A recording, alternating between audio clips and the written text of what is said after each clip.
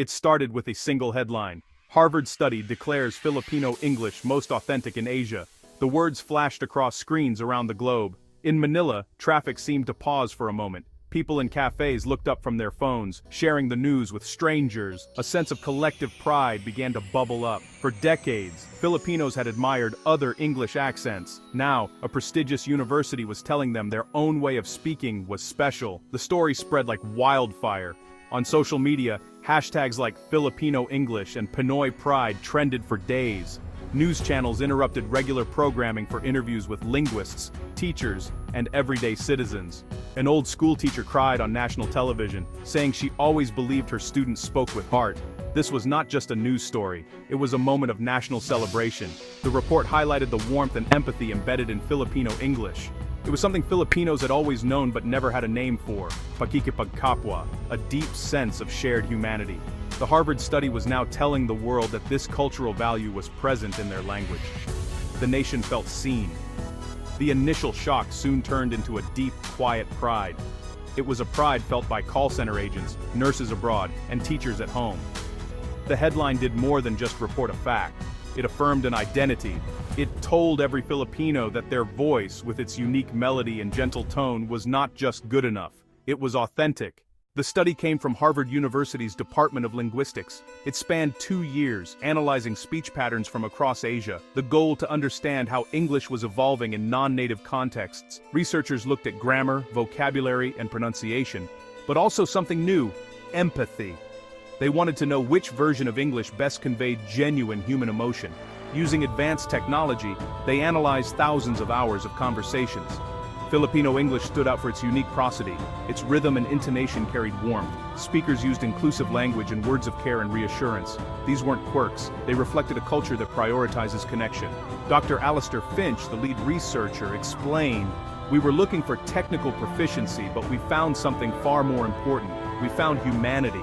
Filipino speakers focused less on sounding like native speakers, more on being understood and making real connections.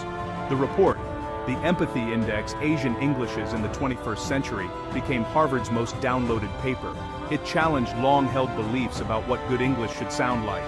The future of English, it suggested, was about authentic voices building bridges.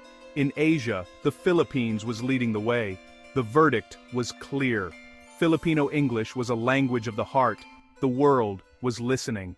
18. In Australia, the news was met with disbelief and curiosity. Many dismissed it at first, accustomed to their own direct English and polished American or British accents. The idea that Filipino English was the most authentic seemed strange, but the story refused to go away. Major news outlets picked it up, featuring linguists and Filipino Australians. The conversation shifted from skepticism to reflection. Teachers discussed the study with students. Is effective communication about accent or connection? The Filipino community in Australia felt a surge of pride. For years, many had felt self-conscious about their accents. Now, a world-renowned university was celebrating what they'd been criticized for. Filipino professionals shared the news, explaining the cultural context behind their way of speaking. Australian colleagues began to listen with new understanding. Companies saw their Filipino employees in a new light. Their warmth and patience were part of a valued communication style. The initial skepticism melted away, replaced by respect and appreciation for English's diversity.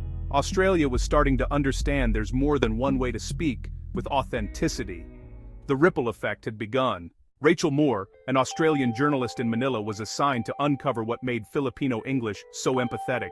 Her investigation began in a Manila call center. She listened as agents patiently guided frustrated customers, using phrases like, "I understand how you feel, sir," and "Don't worry, ma'am, we will solve this together."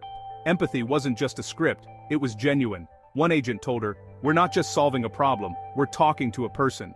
Next, Rachel visited a public school. She watched a teacher, Mrs. Santos, encourage students gently, creating a safe space for learning. The focus wasn't perfect pronunciation, but building confidence and a love for communication. In a hospital, Filipino nurses explained that their English was a tool for healing. They spoke softly, choosing words to comfort and clarify. "Our patients are scared and in pain. Our language must be a source of comfort, not confusion," a nurse said. Rachel saw a consistent theme. English was used not just to inform, but to care. In every part of Filipino society, empathy shaped communication. Rachel's investigation revealed a language of service. It was a discovery that changed her perspective. She realized empathy was at the heart of Filipino English. It was more than a linguistic trait, it was a cultural signature. Rachel's story was just beginning. Rachel discovered Filipino English's warmth wasn't limited to offices or hospitals. She saw it in a street vendor kindly giving directions to a lost tourist, his voice full of concern. "This way, sir. Just walk straight. You will not get lost, I promise." It was a small moment, but it spoke volumes. At a family dinner, parents spoke to their children in Taglish, their English full of laughter and encouragement. The father listened intently, showing his child her story mattered. In a crowded jeepney, a student patiently explained homework to a friend, rephrasing with a smile. Even in chaos, there was clear, empathetic communication. These scenes painted a vivid picture. Empathy in Filipino English wasn't a learned technique. It was a natural extension of the Filipino soul, born from a culture valuing community, respect, and shared experience. Rachel realized she wasn't just reporting on language, she was documenting a way of life.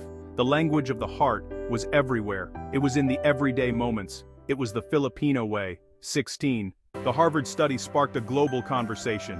Articles about the Filipino accent of empathy went viral, shared by millions. Filipinos abroad felt validated. A nurse in Dubai shared the article with colleagues who admired her calming presence. A software engineer in Silicon Valley found his gentle explanations newly valued.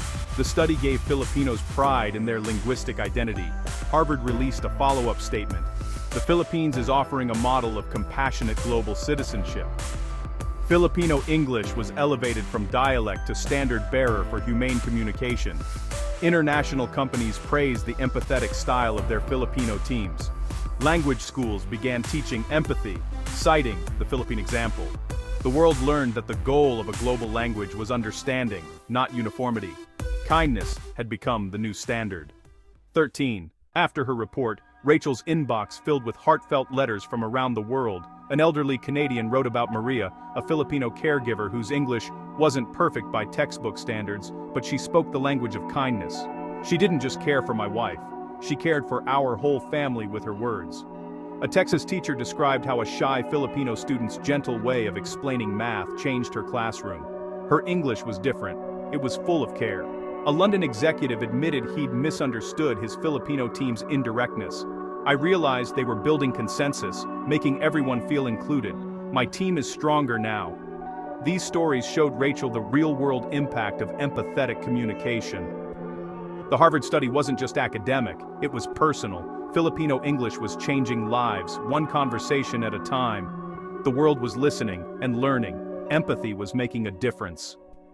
15. 6 months later, Rachel was keynote speaker at a national conference for English educators in the Philippines. She stood before thousands of teachers, humbled. "I came here looking for the secret to authentic English," she began. "I thought it would be a set of rules or a specific accent, but I was wrong. The secret isn't in the head, it's in the heart." The audience listened in silence. "Your greatest strength isn't mastery of English, but mastery of empathy. Never apologize for your accent. Your accent is the sound of kindness, the melody of patience, the rhythm of compassion. In a divided world, your way of speaking is a bridge. It connects, it heals, it reminds us we are all human." Tears welled up in the eyes of many teachers. Rachel shared stories from the letters she'd received. "Your students go out into the world and take a piece of the Filipino heart. They are ambassadors of empathy. That is a legacy more powerful than any academic credential." The auditorium erupted in a standing ovation. It was a moment of profound national pride. The language of the heart had been honored. The story of the Harvard study and Rachel's journey left a lasting mark. Filipino English became a source of national identity. The goal was no longer to sound like someone else, but to sound like the best version of themselves, kind, compassionate, and authentically Filipino. Young Filipinos grew up with renewed confidence in their voice. Schools shifted focus from accent reduction to effective, empathetic communication. The result, a generation fluent in English and emotionally intelligent. The Philippines became known as a center for empathetic communication. The Filipino touch became a gold standard in industries requiring emotional labor. This is a tribute to every Filipino who speaks with kindness. To the call center agent, the nurse, the teacher, the parent, your voice is more than words. It is a vessel of empathy, a reflection of a culture of care. You speak the language of the heart, and the world is better for it. Thank you. 14.